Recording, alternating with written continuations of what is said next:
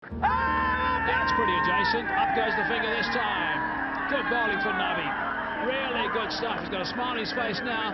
Not so much a couple of balls ago, but now... د یو څلوېښت کلن لوبغاړي په شاوخوا 25 کلونو کرکټ کیریر له مهاجرته د نړۍ سترو میدانونو پورې د محمد نبي ساحل د ژوند کرکټ نړیوالو لیګونو په ځانګړنو او ریکارډونو باندې غږیږو او د په اړه له جالبو معلوماتو څخه ځان خبرو.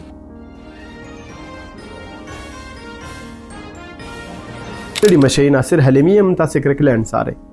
محمد نبي ساحل د 1915 کال جنوري په اوله نیټه د افغانستان په ښکلي ولایت لوګر په یو ساده درنه او باعزته کورنۍ کې نړۍ ته سترګې پرانیستلې.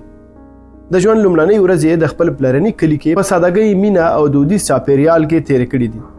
دغه ماشوم نبي د مور او پلار تر سیوري لاندې د لوبو خندا او خیالونو سره لویده، خو د ژوند توپانونو د ده له ماشومتوبه هم سترګې پټې نه کړې. کله چې جګړې د وطن فضا تورتم کړه، محمد نبي هم له خپلې کورنۍ سره مهاجرت ته اړ کړ او له پولې هاخوا په پېښور کې میشت شول. دلته یې د مهاجرو په کیمپونو، خړو او ګرجنو میدانونو کې کرکټ پیل کړ.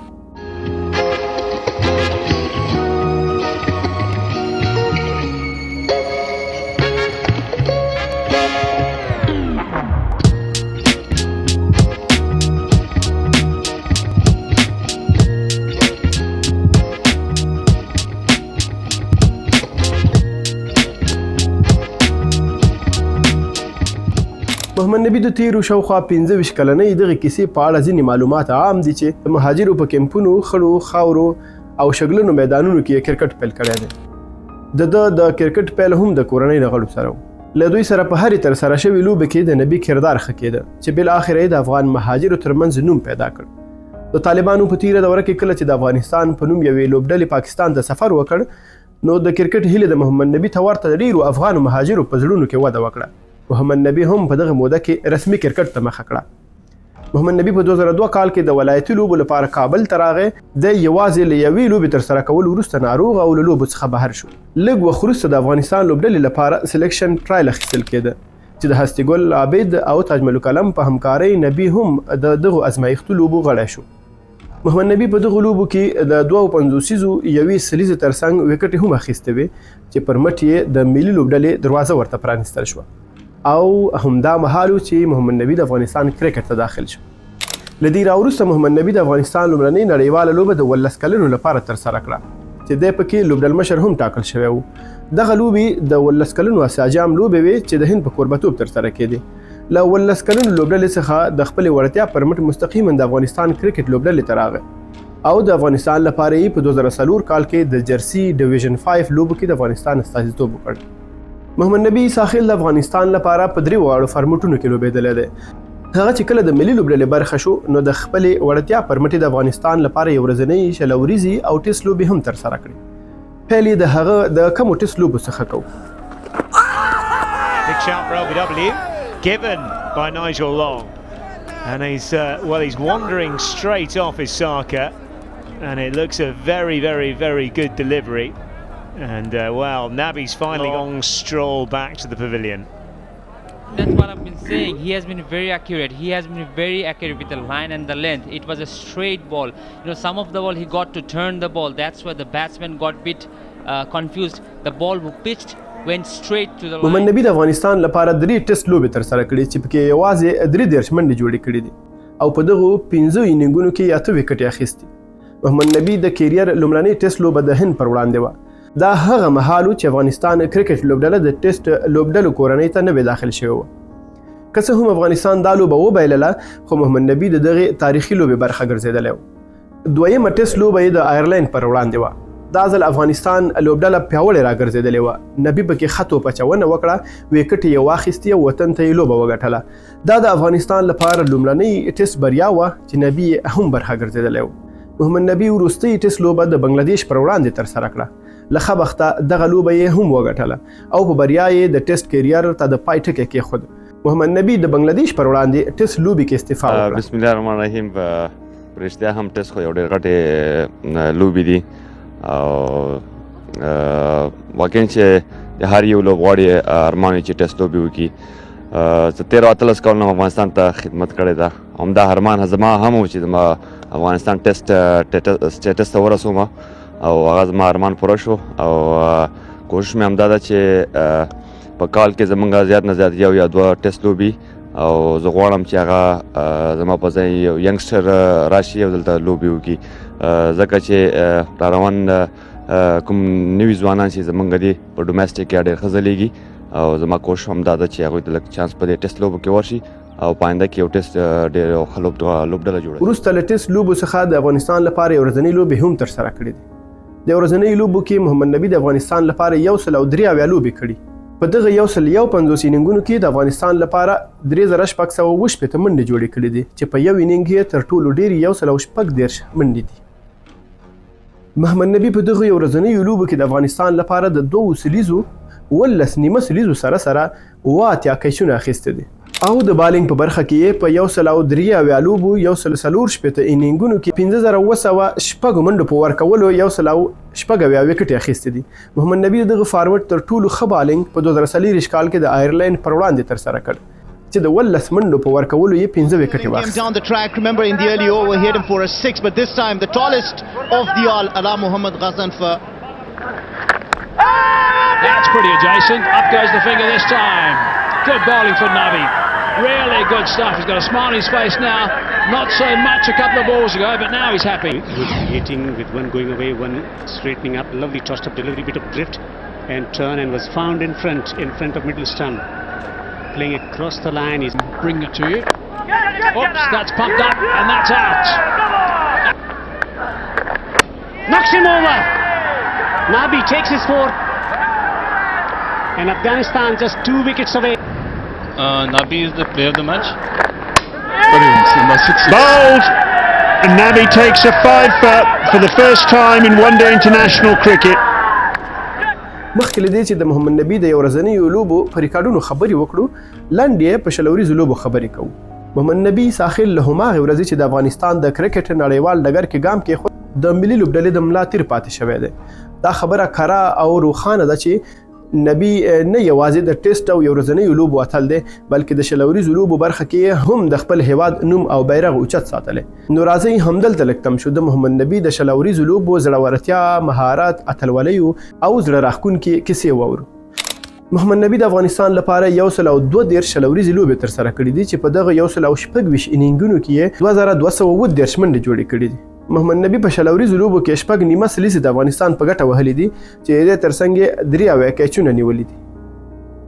نبي یوازې د بیټینګ د برخې لوبغاړی نه دی، هغه هر وخت د افغانستان لپاره د خپل بالینګ د جادو پر مټ ډېرې لوبې ګټلي. محمد نبي د افغانستان لپاره 132 شلوریزو لوبو څخه په 122 انینګونو کې بالینګ ترسره کړی دی چې پکې 19 وکټې اخیستي. نبي په شلوریزو لوبو کې 3 ځله 4 وکټې اخیستي چې په یو انینګ کې ښه بالینګ 4 وکټې دي. کله چې محمد نبي له افغان لوبډلې سره ښه وځلید د نړیوالو لیګونو ایجنټانو پام یې ځان ته راواړو. محمد نبي د کرکټ آل راوند پرفارمنس پر مټ د نړۍ سترې لیګونو کې لوبېدلی دی. په 2019 کال کې د افغانستان لوبډلې لپاره د محمد نبي پرفارمنس د توجه وړ و چې له امله یې د نړیوالو لیګونو سلیکټرانو پام ځان ته راواړو.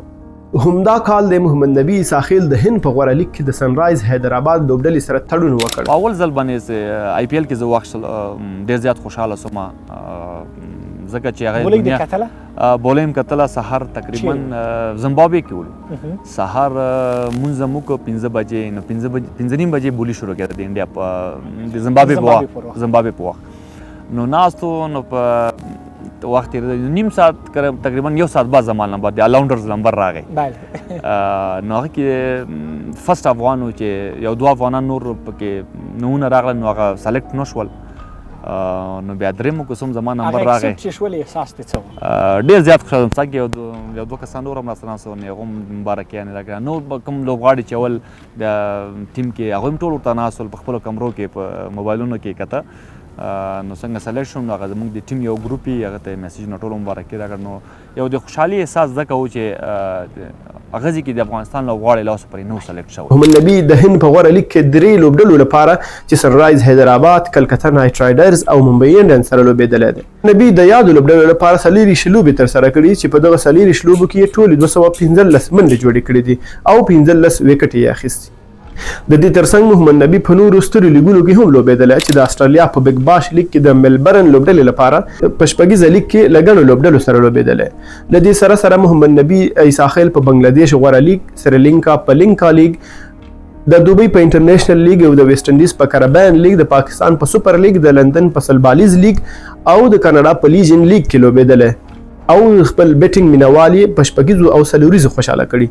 بلکې یوازې دا نه چې بیټینګ یې کړی، نبي په دغو لیګونو کې د بالینګ په تخنیکونو هم ډېرې مخالفې لوبډلې خرابې کړي دي او د خپلو لوبډلو په ګټه یې بالینګ کړی. محمد نبي ساحل په شلوریزو د ټولو لیګونو په شمول 5500 پلس منډې جوړې کړي او د دې ترڅنګ 320 پلس وکټ یې اخیستې دي.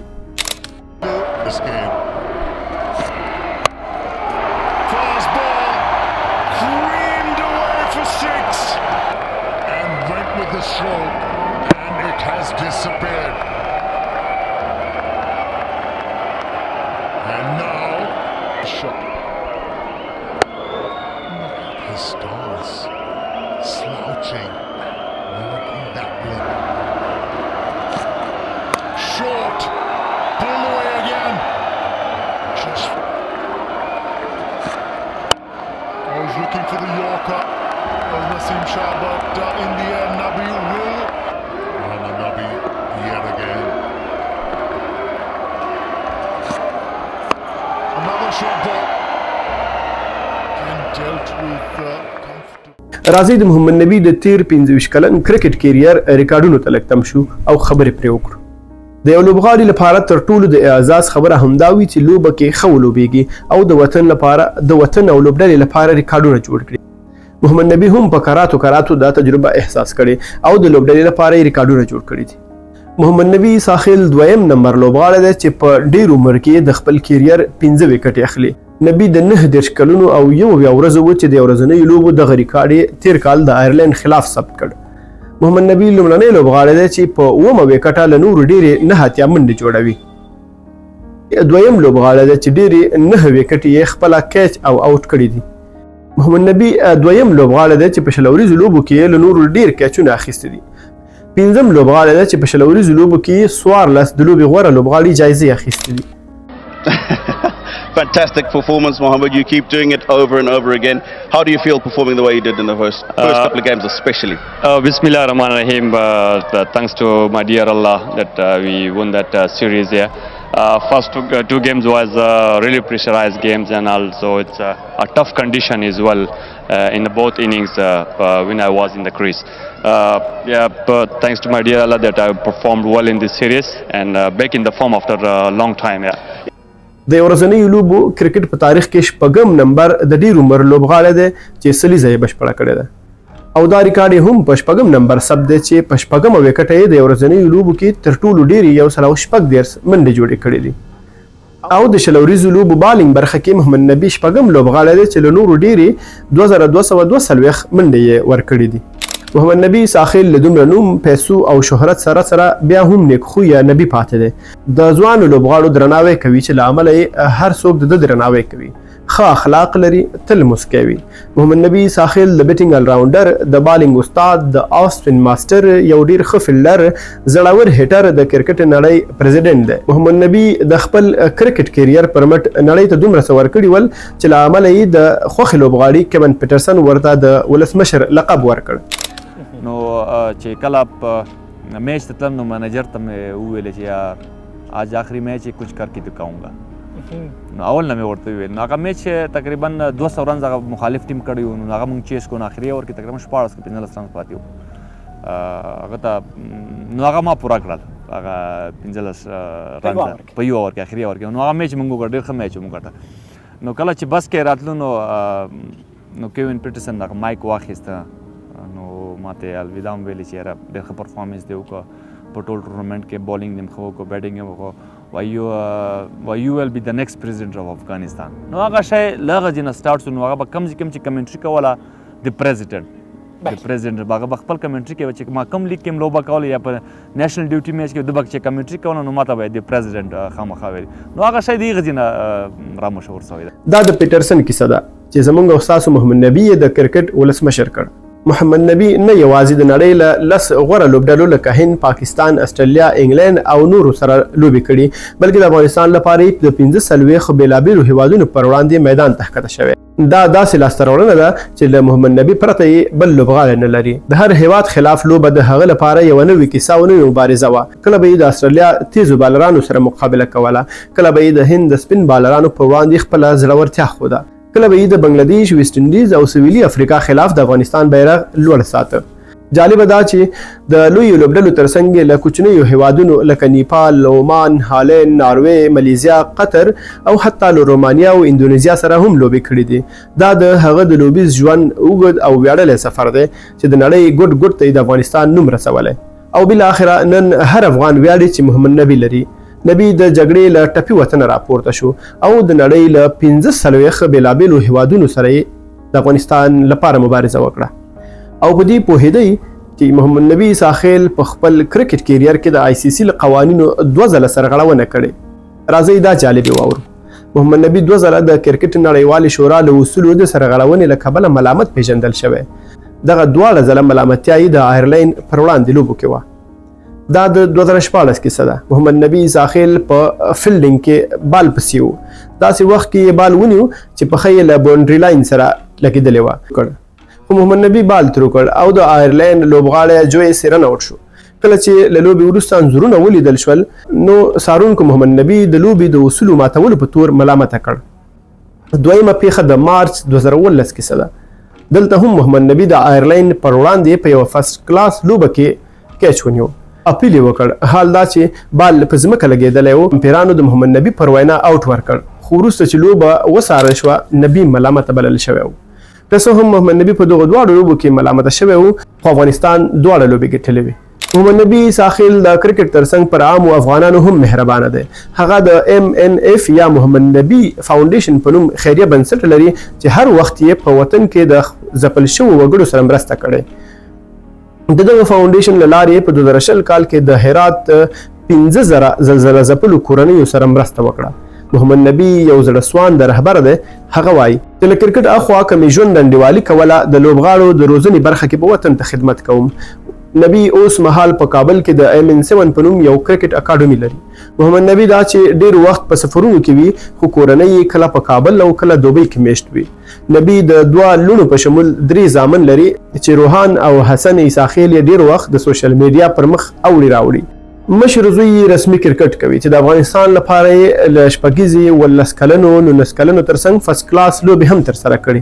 محمد نبی ساخیل یو وخت زموږ په څیر یو عادي ماشوم و. د جګړو لوږو کډوالۍ تر سیوري لاندې یې ژوند کړی خو یوه هیله یې درلوده، ورته یې کار وکړ، سخته یې وګاللې او نن یې د وطن نوم روښانه کړی.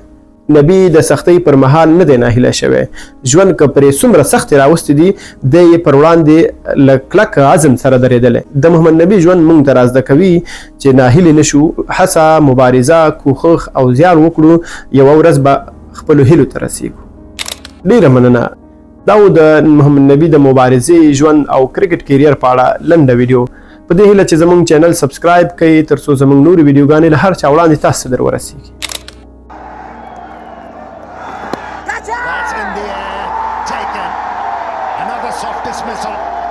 This time around, it's Naeem Ashraf. Just as I read the bowling card before the start of this over, I said Mohammad Nabi is the only bowler who hasn't picked up a wicket so far. He comes up with one. Just stopping a little, talking up a little more than what Ashraf was expecting it to. And it's a dolly of a catch for Rashid Khan. He takes it with glee, and why not? It's a colour. You look at the ones to the right, they're a darker colour when we came here for the ILT20. Played slightly better. This is Terry. I think he's hit his own stumps here as Naseem Shah. And that will go down to Mohammad. What a bit of a gift that, really.